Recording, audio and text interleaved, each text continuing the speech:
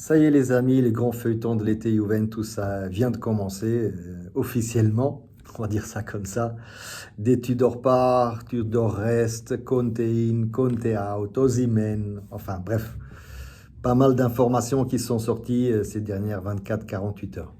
Mais avant toute chose, je vous invite à commenter ici la vidéo, de cliquer ce fameux bouton like et de vous abonner.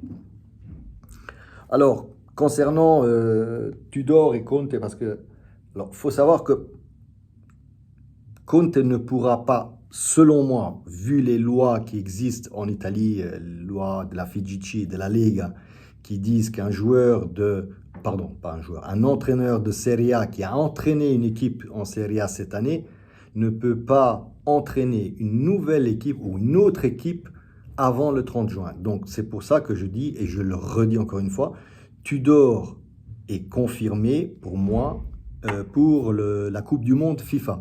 À moins que des lois FIFA permettent de contrer les lois locales, les lois de la Lega, je ne sais pas.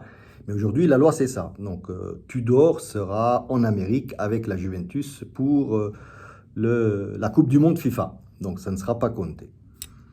Est-ce que Conte viendra à la Juve?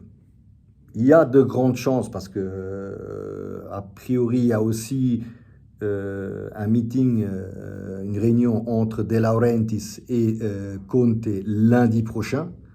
Donc, je suppose qu'ils parleront de l'avenir, justement, de voir si De Laurentiis veut continuer avec Conte.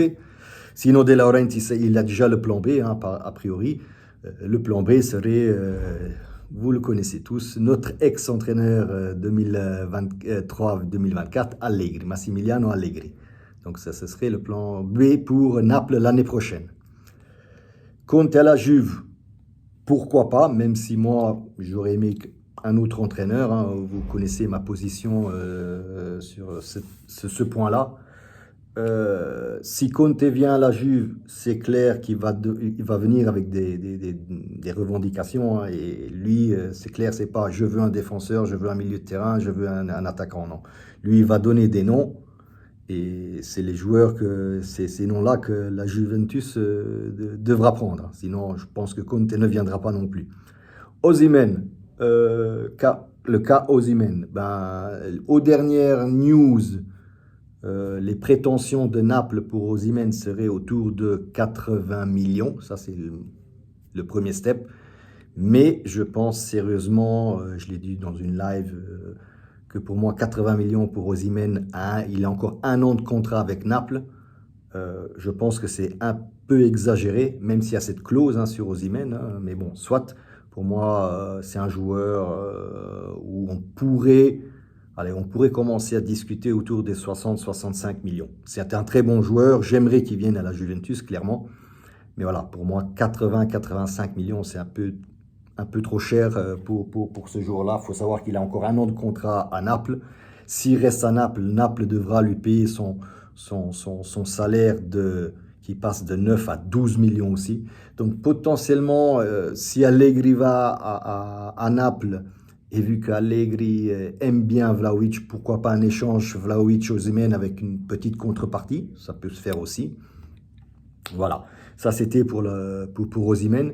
Cambiaso, il y a de grandes chances qu'il parte vers l'étranger, surtout en Angleterre. Il y a 2 ou 3 clubs qui sont intéressés par Cambiaso. Conceição, il partira. Je crois que ça, c'est sûr à 99% que le Portugais partira, retournera au Portugal. Donc voilà, ça c'est un peu... il y a aussi du Anchko, il y a du Sesco, il y a du Théo Hernandez. C'est le petit post que j'ai fait pour Théo Hernandez. Franchement, si on le prend en fin de championnat, pour moi, c'est pour...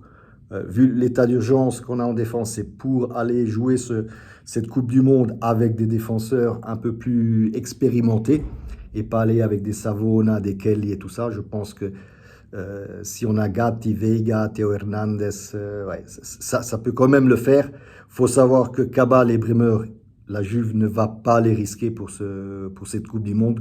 Donc, ils resteront, à mon avis, à Turin. Et c'est bien, et c'est pour ça que la Juve a fait une proposition au Milan pour Théo Hernandez. Voilà, ça c'est à peu près les dernières news de la journée. On verra si ça bouge. Mais comme j'ai dit en tout début de vidéo, le feuilleton ne fait que commencer. Donc, des news de Calcio Mercato il y en aura tous les jours. Tous les jours, il y aura des nouveaux, les médias qui veulent sortir une exclusivité, qui veulent sortir l'info en premier. Donc voilà, ça va bouger dans les 10-15 jours qui viennent. Comme toujours, abonnez-vous, likez et abonnez-vous. Ciao!